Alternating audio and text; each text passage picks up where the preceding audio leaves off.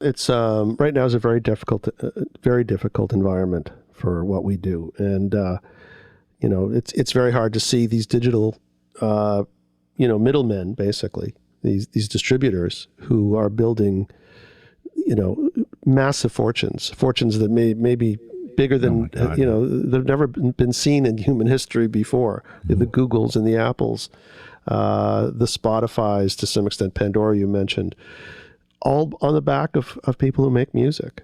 And we get paid. I mean, people don't understand. They think, for 1 million streams, for example, from Spotify, I get paid about $35 if I'm the only writer on the song. Unless you own the master, which is where the model works in the favor of the master, because that's why the label signed off on it. Yeah, well, that artists and labels may own or co-own, or the label owns the master recording. But even yes, and they get many times what we get as songwriters, but even that is paltry. So when you think about the fact that people spend maybe they spend $60, $70 a month for internet access. Mm-hmm. So they're paying that kind of money for the pipe, right? But what happens if there's nothing in the pipe?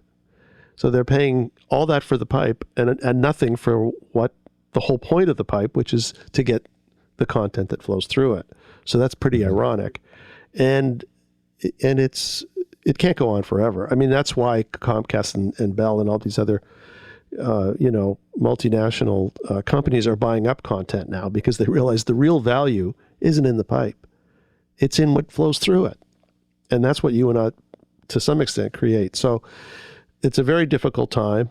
I think fair trade music is a tool that we can use over the coming years. I don't think it's a quick fix, but let's give consumers the knowledge they need to make the right choices and to use and to enjoy music at sites, websites, or streaming services, or however they acquire music or enjoy music.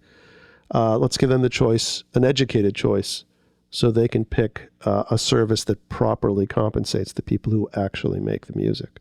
Absolutely, well said. And this will help that muscle memory, that muscle that we don't have, the experience that we don't have managing our own careers. And like I said, we don't have to become a lawyer or a manager. You just need to be better educated on making decisions on who to appoint in those positions, if that's your case. But we actually absolutely have to become more accountable.